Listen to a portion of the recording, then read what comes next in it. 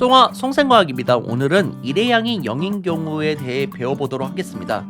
고등학교 때는 알짜힘이 0이라고 배우는데 어떤 경우에 일을 하지 않았는지, 우리가 힘을 열심히 주던지, 아니면 이동거리가 발생했는데도 일이 아니라고 하는 경우가 있습니다. 이런 것들에 대해서 확인해 보도록 하겠습니다.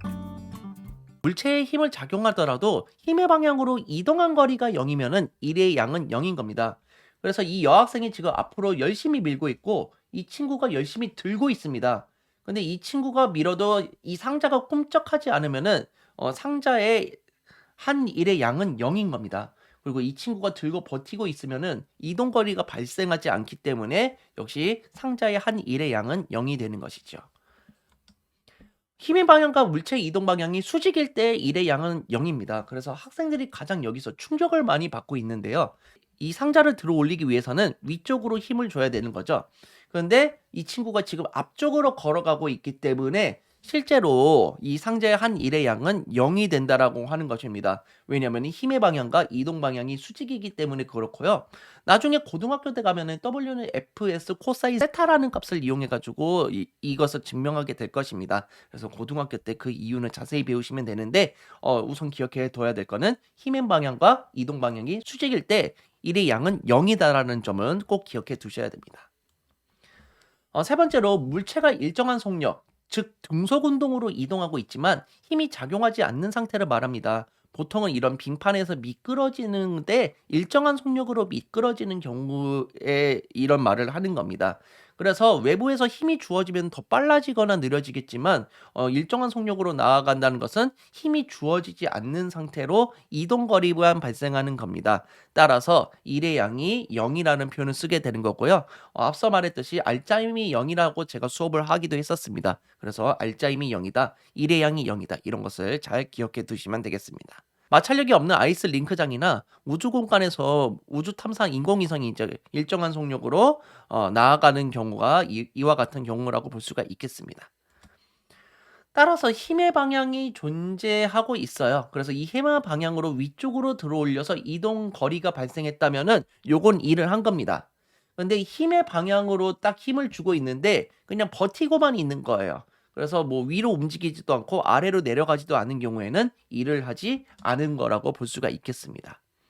당연하지만 상자를 그냥 쳐다만 보고 그냥 지나가는 경우, 들고 버티는 경우, 어 들어 올린 다음에 이 들어 올린 상태에서 버티면서 앞으로 걸어가는 경우 셋 다 일이 아니라고 하는 것입니다. 그래서 요것들을 인제 다시 한번 정리해 보도록 할 텐데요. 자, 물체의 이동 거리가 0인 경우가 있습니다.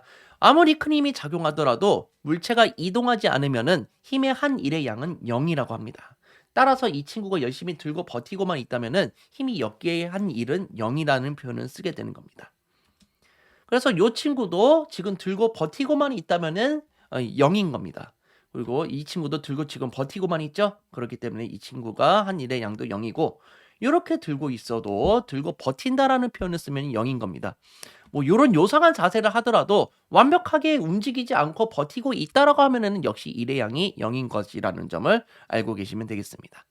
그런데 이 자세로 버텨서 여러분들이 움직이지 않는다면은 정말 대단한 것 같아요. 그래서 여러분도 열심히 운동하셔 가지고 요런 자세로 한번 인증샷 같은 거 한번 남겨 보셔도 참 재밌을 것 같습니다. 그리고 이와 같은 경우는 힘의 방향과 이동 방향이 수직인 경우에는 당연히 0인 겁니다. 그래서 상자를 들고 걸어갈 때에는 0이라고 하는 겁니다. 어 상자에 힘이 작용할 때는 윗방향으로 작용하지만 상자의 힘의 방향과 다른 방향인 이동 방향으로 이제 이렇게 앞으로 걸어가고 있는 거죠. 그래서 상자의 한 일의 양은 0인 겁니다. 마지막으로 물체에 작용한 힘이 0일 때를 생각해 봐야 됩니다. 그래서 얼음판에서 미끄러지는데 뭐 뒤에서 누가 밀지 않는 한 등속 운동을 하고 있을 겁니다. 따라서 이렇게 등속 운동하면서 미끄러질 때 외부의 힘이 작용하지 않기 때문에 당연히 한 일의 양은 0인 겁니다. 그래서 이동 거리는 발생하는데 힘의 양이 0이기 때문에 이런 결과가 나오는 겁니다. 자, 그럼 문제를 한번 풀어 보도록 하겠습니다. 자, 과학에서의 물체에 힘을 가하여 물체의 힘의 방향으로 이동시킬 때 힘이 물체에 뭐를 했다? 그렇죠. 일을 했다라는 표현을 쓰게 되는 겁니다. 그 다음에 힘이 물체의 한 일의 양은 물체에 가한 힘의 크기와 물체가 힘의 방향으로 이동한 거리의 곱과 같다라는 표현을 썼었고, 그래서 일의 양은 힘의 크기 곱하기 이동한 거리라고 제가 얘기를 했었습니다. 일의 양을 사용할 때에는 단위를 못 쓴다? 줄이라고 사용한다고 했었습니다. 영국의 과학자였다는 걸 기억해 두시기 바라고요. 수레에 20N의 힘을 주어 힘의 방향으로 몇 미터 이동했다? 5m만큼 이동했을 때 하늘의 양은 얼마인가? 그래서 일의 양을 어떻게 구한다고 했었습니까? 그렇죠. 힘 곱하기 이동거리로 구할 수 있다고 했었습니다. 그래서 20 곱하기 5를 내주면은 100줄이 나온다는 겁니다. 뉴턴 곱하기 미터를 해야지 줄이 나온다는 사실을 기억해 두시면 돼요. 자, 질량이 100g인 물체를 2m 높이에서 가만히 놓아 떨어뜨렸다. 물체가 바닥에 도달할 때까지 중력이 물체 한 일의 양은 얼마일까요? 일의 양은 힘 곱하기 이동거리였는데 여기선 질량이 주어졌죠. 그럼 9.8 곱하기 질량인데 조심할 점은 여기선 g을 썼습니다. 힘을 뉴턴 단위로 표현하기 위해서는요. 킬로그램 곱하기 9.8을 해야 됩니다. 그래서 9.8 곱하기 0.1kg으로 바꿔줘야 돼요.